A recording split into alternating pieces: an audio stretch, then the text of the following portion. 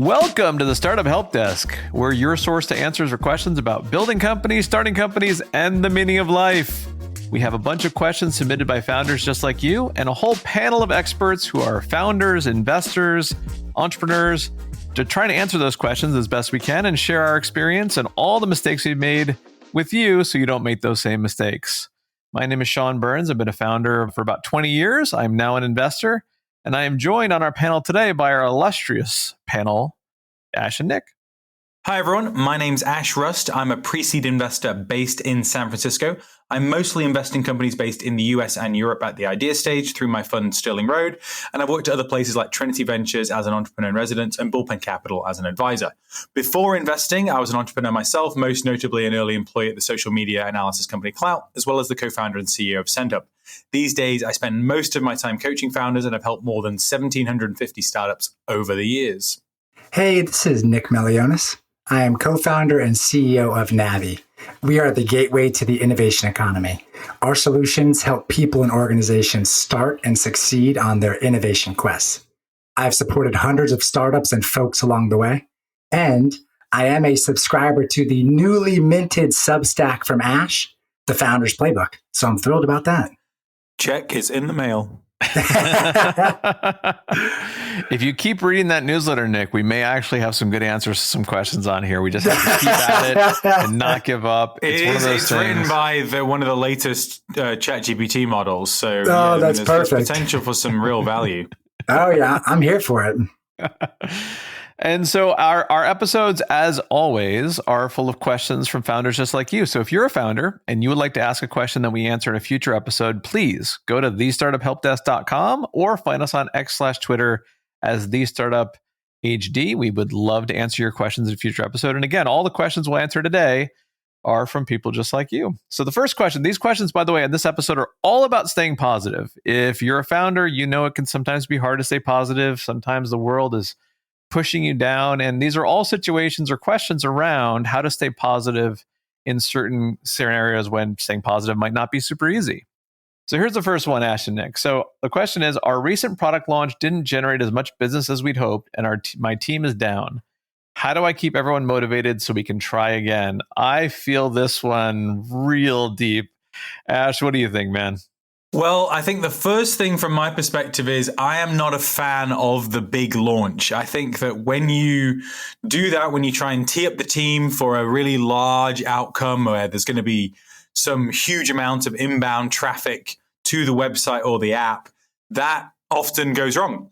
And so I much prefer doing lots of soft launches that are more slow drum roll when you're thinking about launching products or delivering new features, because it avoids a lot of this sort of roller coaster ride from an emotional perspective. Now, launches are always emotional for someone. The person that put in the most work on a launch is going to feel emotional about that particular outcome, good or bad. So you need to set your goals and your responses to the outcomes in advance. So set reasonable goals, not pie in the sky, things that aren't really achievable. Set reasonable goals in advance of a launch, whatever size it is, and also what your response is going to be if you don't hit those goals. If you decide all of that in advance, then you can take a lot of the drama out of those decisions when the time comes. And then the other thing, and this is probably the most important, is that the team is going to be looking to the executives as to how they should respond. If you are all saying, no, let's be positive, let's find the next mountain,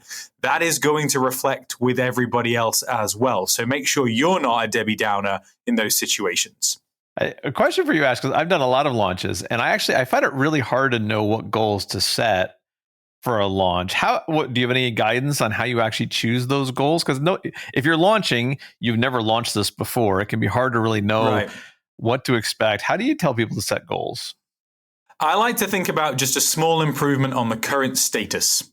So remember, if it's a bad launch, things are probably going to get worse in places. And people always forget that that's actually the most common outcome. Means nothing. That's true. Yeah, like everyone's like, oh, I'm going to ship this feature and everything's going to get better. Like, I hope that's your life. But that is not what I see. I look at people's numbers all the time and I'm like, hey, you launched this and then everything went down, right? Like, yeah, but it's a really important feature. Like, well, is it? Your customers seem less stoked about this. So I think, just simple numbers like 10% improvement, 25% improvement, not hurting your other core metrics. Just start with something simple. And then once you've got a feel for what kind of improvement is possible, then we can start ramping that up. Again, the company isn't going to live and die by this individual launch. So we don't need to have an accurate goal or some kind of real milestone associated with it. It should just be something that is another small step. Well, you heard it here, folks. A successful launch is one where you don't go bankrupt. Excellent. Nick, what do you think, man? I'm here to help. Yeah, I like it. I think the key thing across all this is that product launches rarely meet sky-high expectations. And so before the product launch, figure out how you can normalize expectations. And in some cases, that means normalize the disappointment. The way to do that is, number one, reframe the launch as a learning milestone. And Ash, to your point, I really like the way you frame this. I like to think about it where when you're launching, you're testing one vector of innovation. If it's going to be your first launch, basically you're testing, is there any demand? If you are launching a new feature or some adjustment to your product, you are testing, does this feature drive some additional value for our users in some capacity? So in short, really try to drive home what's that one thing that one vector of innovation. And the second thing about it is make sure that you are able to both try to achieve some good outcomes while also measuring the inputs that go into that. In short, did you at least follow a process that gave you a chance to observe an outcome? If so, you got something. You got a chance to be able to make this thing work. But Nick, does that have to be specific or numeric in any way, the outcome?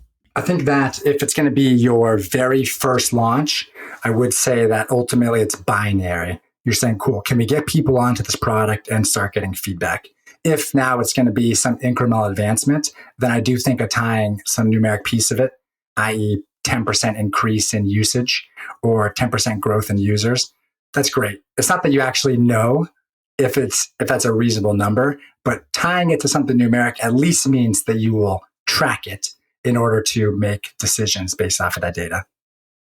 And Nick, would you say the launch is successful if our learning from the launch is that we're not good at launching things? Is that a success? Yeah, actually, that's probably one of the best outcomes that you could get, because then you go back to Ash's initial thought, which is big launches, not necessarily the sweet spot, but incremental, always be launching is perhaps better there. Always be launching. We need logos.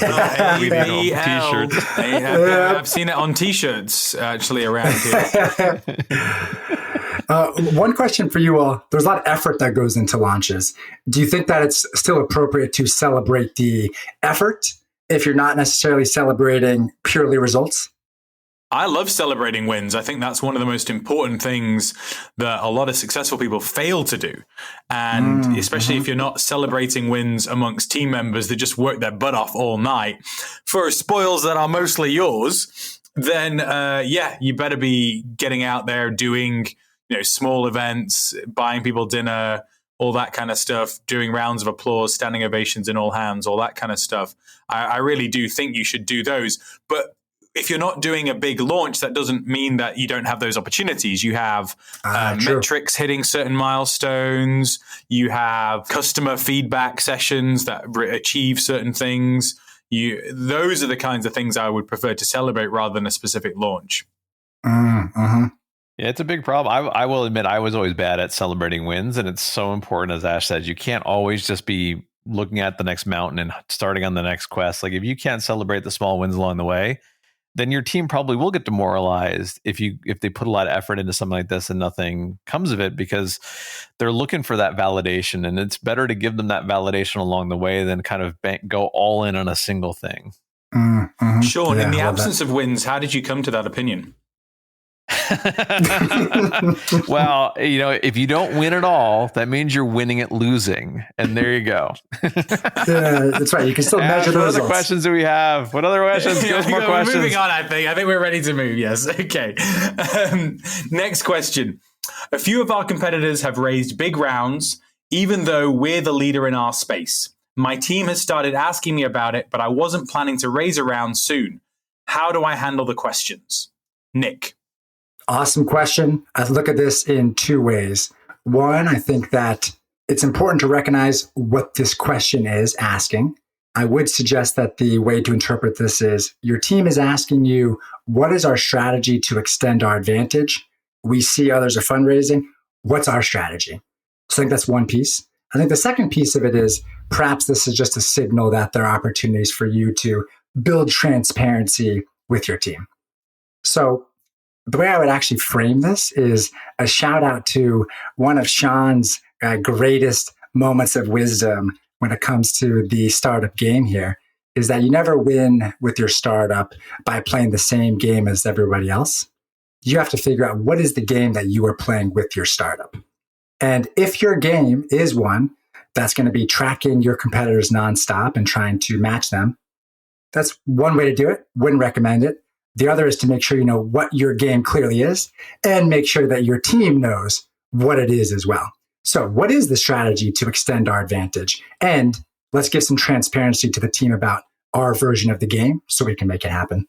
That's my take on that. This Sean guy sounds really smart. We should listen He's to him a lot more. You hear that, Ash? Listen to Sean guy more. No, I maybe I zoned out for a second.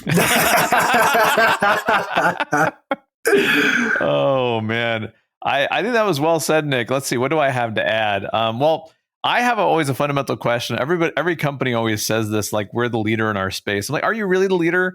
Like, is that something we think or something that we know? Because a lot of companies like, oh, we have a better product. That doesn't mean you're the leader.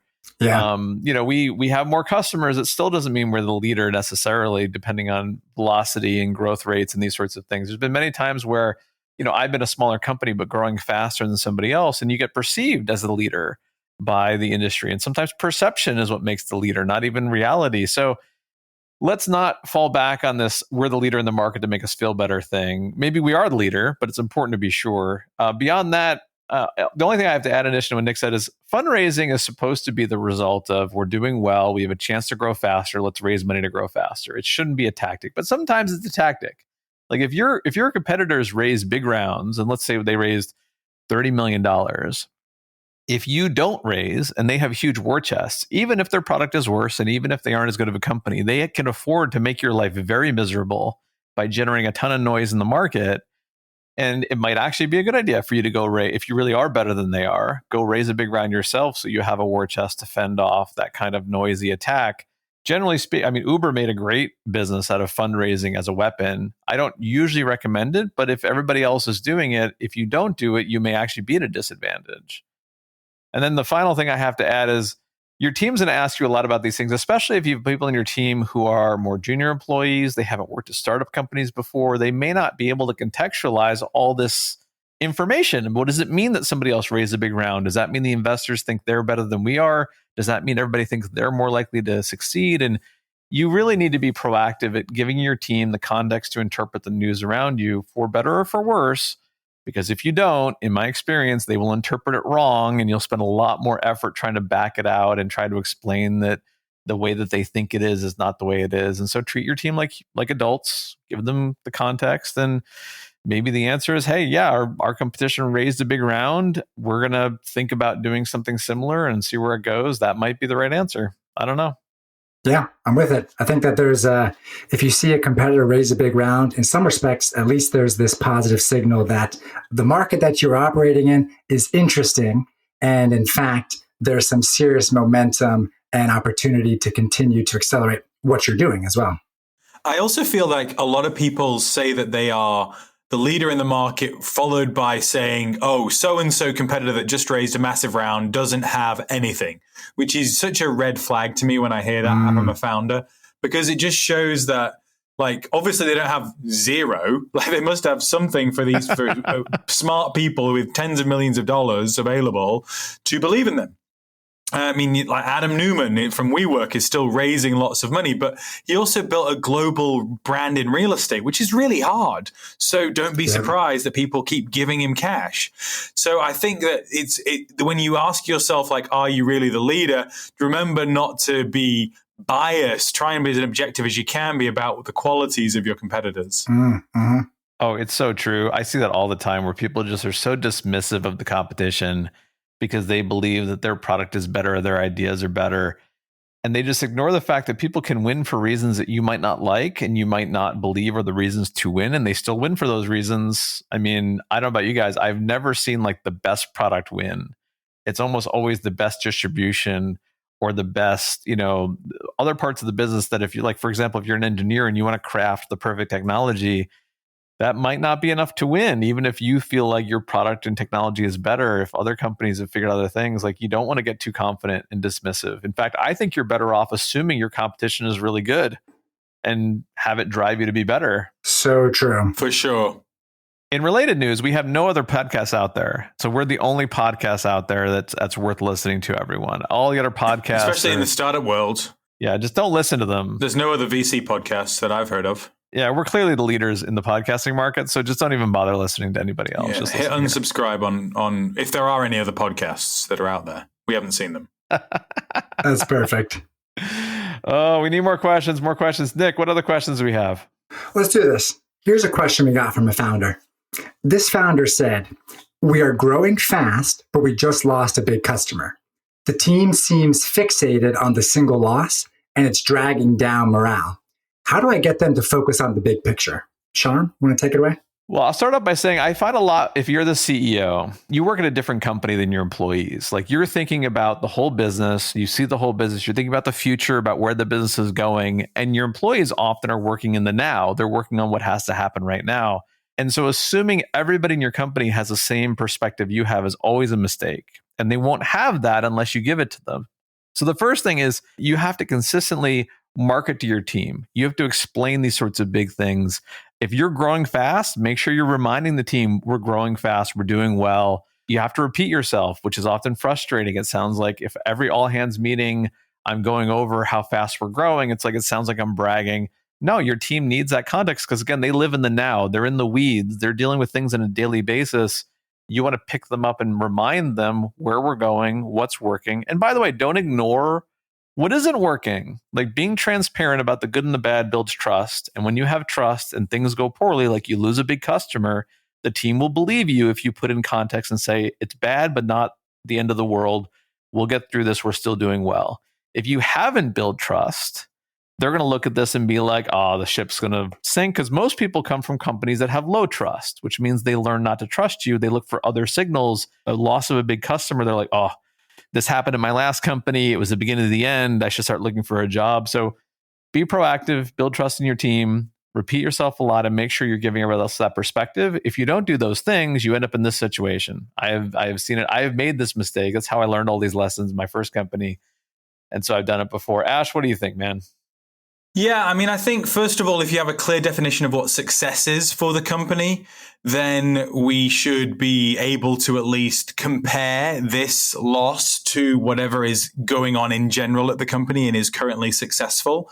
I think you show the impact of the loss. Like you said, transparency. Like, this is how much of our revenue it is. This is where we are. This is how long it's going to take us to make up this kind of deficit or resolve this kind of impact. And if there are issues that have come as a result of this churn, then let's discuss them. What do we need to fix? Should we keep growing as we are, or is there something that we need to do in terms of changing things because we're growing too fast, or we need to spend more time in another area? I think that in most cases, it's often with these situations, maybe it's an early customer or it's a well-known logo, and maybe they weren't the right actual customer profile for you anymore. And so explaining that and how there's differences and how the company's involved usually leads to resolving this. But in general, if you're growing fast, you want to be talking about how that's the only thing that matters, because that's the only thing that matters. I've also, Ash and Nick, I'm curious what you think. When people complain about this one thing pulling down morale, I often feel like they're projecting. Like there's usually a lot of other issues that are pulling down morale, but you're fixating on this one thing that this is the culprit. It's at fault. But morale is never, in my experience, that simple, right? Sometimes morale goes up for the right reasons. Sometimes it goes up for the wrong reasons, and sometimes it goes down for the wrong reasons and the right reasons. But like, have you seen this as well, where people kind of like to project all the morale problems onto a single scapegoat? So many times when you have a moment where you'll see people dwelling on a loss or mourning on some issue here, to your point, that is typically the signal that there's just something else going on. And if you just try to address the problem at hand, then you're making a mistake. For instance, you lose a big customer and you're in the midst of this turmoil. If you're just fixated on helping people stop dwelling on this opportunity and move on to the next thing, then you're also missing an opportunity to investigate what is the real problem. And so I would say that time and time again, there's always another layer that you can figure out. And perhaps it is broadly, is the company growing fast enough? Or maybe there's some other tangential issue that's in there. Figuring that out is a huge win and can turn this loss into a land of opportunity for you. I feel like, Nick, we need to bottle up your optimism and sell it. Like, how can we need to get this out there in the market as a product people can buy, because I it's think like Peter Thiel has some ideas about that. Oh, that is good. And to be clear, if you work for the Thiel Foundation or you're any part of the Trump administration, we didn't mean that the way it sounded, and we're absolutely on board. Please don't come pick us up at our houses. Nick and Sean aren't citizens. Oh, man. Okay, well, that was a lot of hijinks for today. We talked a lot about staying positive. It's More hard. than enough. It's hard to stay positive in the trenches when things are up and down. And hopefully some of this helps you. If it doesn't help you, hopefully we helped you laugh, and maybe that's positive enough for now. I don't know. But in the meantime, if you have questions, we would love to answer them in a future episode. Please find us at thestartuphelpdesk.com or thestartuphd on X/Twitter and ask those questions. We'll roll them up in future episodes, whether or not they're about staying positive or not. But in the meantime, Ash and Nick, thank you for helping us stay positive and humoring me in my bad sense of humor. We all have our cross to bear. Hey, thank you both. Absolute blast. The Startup Help Desk is now closed. We will return, but in the meantime, good luck in building your business.